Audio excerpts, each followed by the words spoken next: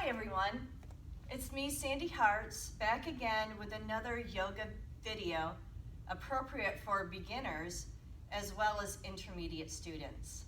As you see, I have a chair here, and the chair, you may be thinking, oh my gosh, this is not going to be a really great workout. I promise you it is. By using the chair, you're going to form better balance, a great stretch in the muscle groups that you'll be engaging in through the arms, through your legs, and through your hips will create even more space throughout your whole spine. So we're going to begin with our chairs on the front of the mat. And while we're here for a moment, let's form our Tadasana, get the breath going. You know, it's really important. Do you feel that your body is warm enough to begin these stretches? If not, you can shut the video off and then come back after you've warmed your body. We're going to start this first pose in an L position, but the arms will be just like a downward facing dog. So I want you to begin by placing the bottom part of your palm on the chair, spread those fingers, and come back through so you find your L position in that lengthening. Your feet are about hip width apart, the navel's pulled in, and you're really grounding into the soles of the feet evenly. Notice how your shoulders right now can have a little lift to them. We never want to push down. And then you can draw those shoulder blades to an imaginary back pocket. The fingers are stretching forward. The crown is moving forward. And every part of your spine is lengthening once again. Inhaling and exhaling, you want to draw those lower ribs in as well as the navel. And again, just feel yourself stretching all along the spine, right? The back of the leg, so you've got that hip flexion. Your hands and your arms and your shoulders are all supported. So they're gently drawn in as the shoulder blades once again tug down. I want you to take a couple more breaths here. It's okay to fix your foot position. While you inhale and exhale, we're going to start to bend the knees a little bit, come forward, start walking forward towards the chair so you can have a nice long spine once again. You can feel how hopefully the back of your legs feel really warm but not pulled. It's just such a beautiful warming, especially through your arms and shoulders once again. We're coming back to the chair, and let's go into a high lunge pose by taking our left foot forward. It stays to the left. And the right foot coming back as far as you can with that heel up. The back leg is going to be straight right now. Whether you're holding onto your chair the entire time or not, you're still balancing. You need that front knee to go right directly in line with your ankle, right? It's never pushed forward or you're going to hurt your knee. We're going to take the arms up for those who can, feeling this stretch even getting more lengthened, the heart being open. The tailbone moving towards the pubic bone so we can stretch the hip flexor on the inhale. You're going to exhale, take your hands back to the chair.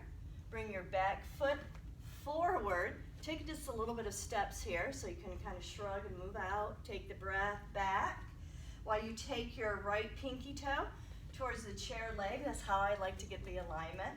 And then the left foot stayed to the left. That heel needs to be up. Front knee in line with the ankle. You can already bring that tailbone slightly forward, lifting your chest as well. The arms may come up towards the ceiling. Thumb back, fingers could spread here. You can get a little more active. And as you begin to feel your weight get more balanced, you can take that tailbone towards your pubic bone a little more and take that heel or the sole of your foot and let it stretch a little deeper. Inhaling and exhaling. We'll take the hands down, reattach them to the chair. Your back foot is coming forward with your hands again on the chair, the bottom part of your palm, fingers spread. We'll return to our beautiful L positioning here. Inhaling and exhaling. I want you to look back at your shins because if you're taking your legs straight and you're shoving those shins back, you're just hurting joints. So we never pull, right? We never push or pull here. The knees are lifted, the shins are in alignment, the navel's in. There's an awesome lengthening happening here. In fact, even your fingers are lengthened away from each other. Inhaling and exhaling, get your head positioned now that your ears are in alignment with your shoulders. We want all of this beautiful balancing to come through. And then we're going to lift up, walk ourselves forward once again. Inhaling and exhaling as we come out. You can have some shoulder shrugging. Really feel those shoulders that they were being supported while you were doing this variation. And once again, we're going to take our hands to the chair, but we're going to change this around. We're going to go into a variation of Parsvottanasana. So the left foot, once again, comes towards the chair leg with the right foot not coming back as far. But I want you to heel the right foot down without turning it too far out to the side. All right, it doesn't have to be all the way like a regular Parsvottanasana. So when you come off your chair, do you feel balanced with your hips forward and your torso? And you may say, no, I had to kind of fix those feet around so it feels right. Maybe they do. Maybe this back foot does point out a little bit. But you're still working on balance here. We're going to start with the index finger and middle finger right at the hip, the front leg straight, the back leg straight, and begin a forward fold by moving through the hip flexion. Navel pulls in, crown moves forward, and then you can push your chair away any amount if you'd like to, so you can get more lengthening in your spine. Fix the feet once again so they're on railroad track footing, and keep that front leg as straight as possible, as well as the back leg. But you can always bend that front knee, right? So if your hamstrings are incredibly tight and you're buckling, we want to keep that knee a little bent if we need to. And the shoulders are relaxing. Your head is on that chair. It's really not about going further down. I'm going into more extension, so I can even pull that chair away a little bit more if I'd like. So we're going to take a couple more breaths. Feel your balance here between your back foot and your front foot. If your chair is sliding, you don't have balance. We're going to start to lift the head off the hands, bend that front knee. The back foot is coming forward. While we do that, we'll just pull the chair back in. Take a couple moments to, come back in and feel that stretch and release all the muscle groups that, may still have some tightness holding on. Once again, the hands will go to the chair. This time you're going to take that right pinky toe forward with the right foot and leg. We're going to take that back left foot and make sure it stays to the left with your heel down. And when you lift yourself off your chair, if you're so wobbly or turned to the left, it's most likely that your left leg isn't in the right positioning, or your right leg. So fix that first so you're very square to your chair. With the index finger and middle finger at your hip, you're going to navel in. We're going to come forward with this flexion. Possibly, see if that right hip is tight, the hip, outer hip and hamstring, you may be pulled a little forward. You can drop it back. Stretching, stretching. Take that chair. Take your forearms on the chair. Take your forehead on your forearms. Fix the feet once again. Now your back foot doesn't have to be all the way forward. I prefer it that way for myself. It doesn't mean that you have to. But I do want you to tuck the navel in and feel like you're releasing those shoulder blades down. It's not a push down. It's more of a lengthening through. Relax your head on your arms. Find your breath. Feel that balance is on the soles of your feet, so you have this beautiful Tadasana action. And if your front leg can't be completely straight, bend the knee as much as you need to. But we really want to get those hamstrings open safely. Calf stretch, spine long. Begin to lift up, bend that knee, front knee, bring your back foot forward. Once again, you're going to walk it out. You're going to take that chair in, take some movement, and you're going to begin to turn towards the I don't know, I guess I would say the center of the mat, so you have a lot of length on your right and left sides, all right, or left and right. Sorry about that. So here we are, we're coming back in, and yet again, we're going to take another posture. And this one is moving into triangle pose, using the chair for the most lengthening. We're going to go out into a straddle. Once we're in the straddle, you want to make sure your fingertips touch the top of the chair. Yes, you could turn your chair around if you want to, but again, this is not about going further down. Now, we're going to start to turn the foot that's closest to the chair out. Your heel is intersecting your back heel, and I would look at your positioning. The arms are lifting up at shoulder height. The front leg is straight, but some of you will have to bend the front knee. We're going to stretch to the chair, just like we would in triangle pose. We're going to stretch over towards I guess it would be to your right. And then we'll put that forearm right on the chair. And either if we're gazing just centered, we're looking up slightly, or we're looking up at that hand, right? Feel these triangle lines. This is so beautiful. And you know, sometimes it just brings an ease getting into these poses, but always lengthening. So if you can straighten that front leg, engage that inner thigh by allowing your hips to shift right on top of each other. Inhale, come all the way up. Exhale, arms down. You're going to turn your foot in and walk it in. So just for video purposes, I'm going to turn my chair towards the wall, and I'm still going to use the top of the chair. We're going to come back through in the center of the mat, maybe a little bit off-centered actually.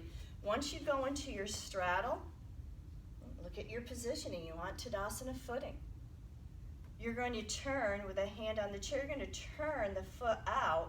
So my left foot is turned out, and the heel is intersecting the back heel. I'm going to have to move this a little bit because I want my heel to intersect my back heel. Lift those arms up. Feel how symmetrical you are. And as you shift yourself over to the left, take that left forearm right on the chair. Notice I'm not going further down. I'm not pushing down. I'm lengthening the tailbone to the pubic bone. It's like you're zipping, all the way up into your crown and taking that arm just at that triangle level. Inhaling and exhaling. Legs are straight, but there may have to be a bend in your knees so you can have that flexion, that hip flexibility, and the inner thigh opening. Whether we're gazing forward or up or at that hand. How's the neck feel? Chin down a little bit. Inhaling, and when you exhale, just come back up. Take your foot back to center, walk it in. Take those steps, shrug those shoulders, inhaling and exhaling. Once again, I'm going to take my chair and I'm just going to scoot it to the very front of the chair, but I'm going to the mat, sorry, and we're going to turn that chair in, and we're going to form another downward facing dog or L positioning. Walk towards your chair, bend your knees, keep that flow moving. We keep moving, we keep flowing through, inhaling and exhaling. The breath always stays with us. The palms, the fingers are spread, they're on the chair. Your thumbs may face each other here. Let your head drop any amount. Tuck your navel in. Make sure your heels to the ball mount are grounded, inner and outer part of your arch. So the ball mount of the big toe, pinky toe. And then if your shins are pulled back, just put the little bend in your knees, draw your way equal. Take those knees back up so your thighs are firmed, and stretch. You can feel it's not as easy to push down here. It's not supposed to be. Some of you will feel a much rounder upper back. Just breathe into it. Breathe into every part of this downward facing dog variation. And then lift the head a little bit. Bring yourself forward. Stepping, coming out. Let's inhale those arms up. And exhale, take the hands to the heart center. And then begin to release the arms back down and take those steps back out. So what we're going to do next is we're going to take on a balancing pose. And if you feel safer to have more support, you could also accommodate a wall. But we're gonna move into warrior three with this, or excuse me, we're gonna move into triangle pose with this. And what we're gonna start with is taking a step forward with the left foot. We're gonna tuck that navel in. We're gonna take that right leg and start lifting it. You can have your hand on the chair, right? Here on the upper part or the lower part. Let's take the hand to the bottom of the chair for those who need it. Turn your hips and then find Ardha Chandrasana. Kind of like triangle pose. Inhaling and exhaling with your gazes forward or up. This is a very spongy floor, so it's really keeping me working here.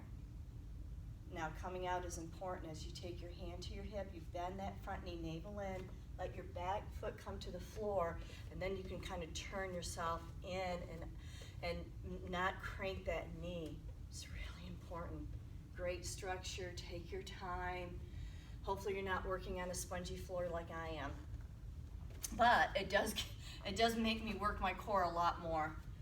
So what we're gonna do is we're gonna keep that chair turned in.